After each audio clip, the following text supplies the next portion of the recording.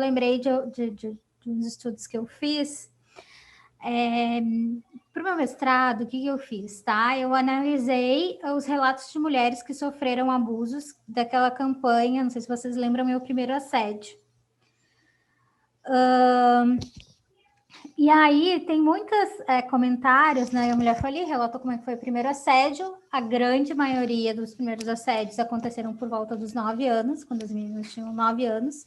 E esses assédios foram abusos, né? E aí muitas pessoas comentavam, ele é louco, é doente, né? E aí a gente precisa trazer essa questão da patologização do abusador, né? Então, assim, ele não é louco, ele não é doente, ele é um homem violento, né? Um homem que está fazendo uso do seu poder, dos seus privilégios recebidos pela cultura patriarcal. E muitos ainda são chamados, né, de pedófilos. E essa questão da pedofilia é uma coisa interessante, porque assim, a pedofilia está classificada no Código Internacional das Doenças, então é o CID, né? Igual gripe, tá? Tem CID, né? Então, assim, se a pedofilia é uma doença, o pedófilo é um doente. E quem é doente, quem é louco, quem tem um distúrbio mental, não tem consciência sobre os seus atos e, portanto, não tem responsabilidade sobre isso, né? Então, assim, pedofilia não é uma doença. A pedofilia é um crime, né? E precisa ser visto como tal. E aí é óbvio que quem fala isso, né? Essas pessoas comentam, não estão querendo inocentar os abusadores, mas é algo que a gente precisa refletir, tá? E aí a gente tem também uma questão de estereótipos, né, dos homens abusadores, dos homens violentos. E isso serve, inclusive, para as mulheres se darem conta e fugir da situação, ou não se darem contas e permanecer nela. Por exemplo, um dos relatos que eu analisei, a menina dizia assim, eu estava andando na rua e aí eu vi que tinha um homem careca, grande, tatuado, me seguindo, né? E aí isso fez ela, situação de perigo, fugiu e conseguiu se livrar. E aí a outra relata assim, porque quando eu era menina, eu fui na sorveteria e o senhor, dono da sorveteria, me convidou para ir na Praça dos Fundos, olhar um brinquedo, e ele tinha mais de 60 anos e ele parecia o meu avô. E aí, então, ela não se deu conta, né, porque ele não tem esse perfil do homem agressivo, né, que ele seria o abusador.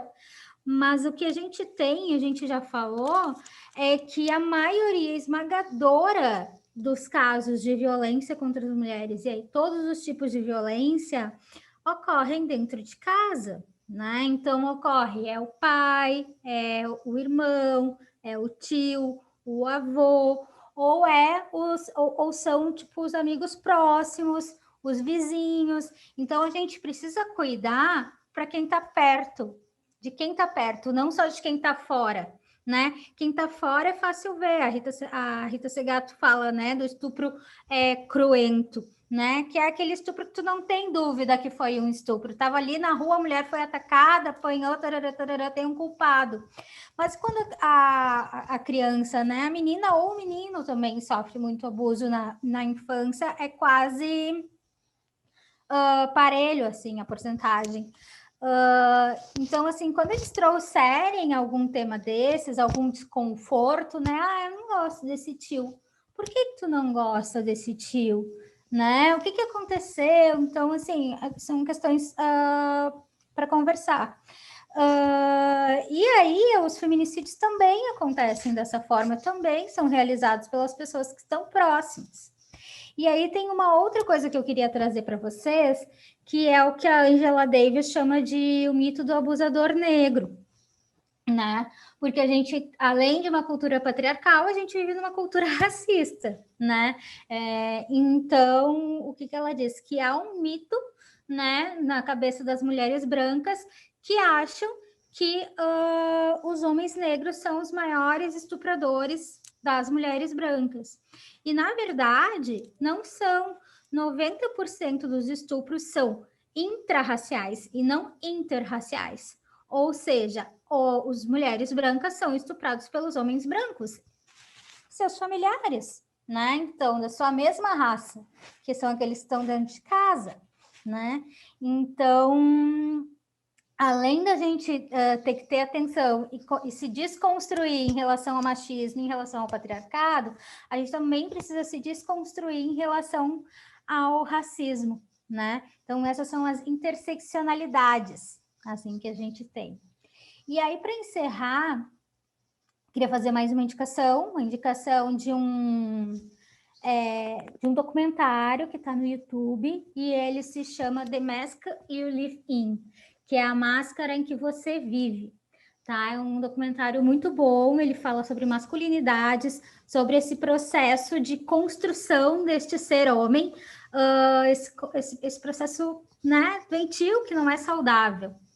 E aí ele traz uma pergunta, tem um dos entrevistados que traz uma pergunta que eu queria deixar para vocês também, para que a gente possa refletir depois desse encontro, que é assim, tem que lembrar, né, puxar da memória, quantos anos vocês tinham e em que situação vocês estavam quando vocês foram cobrados para serem homens pela primeira vez, para assumirem o papel de homem, né?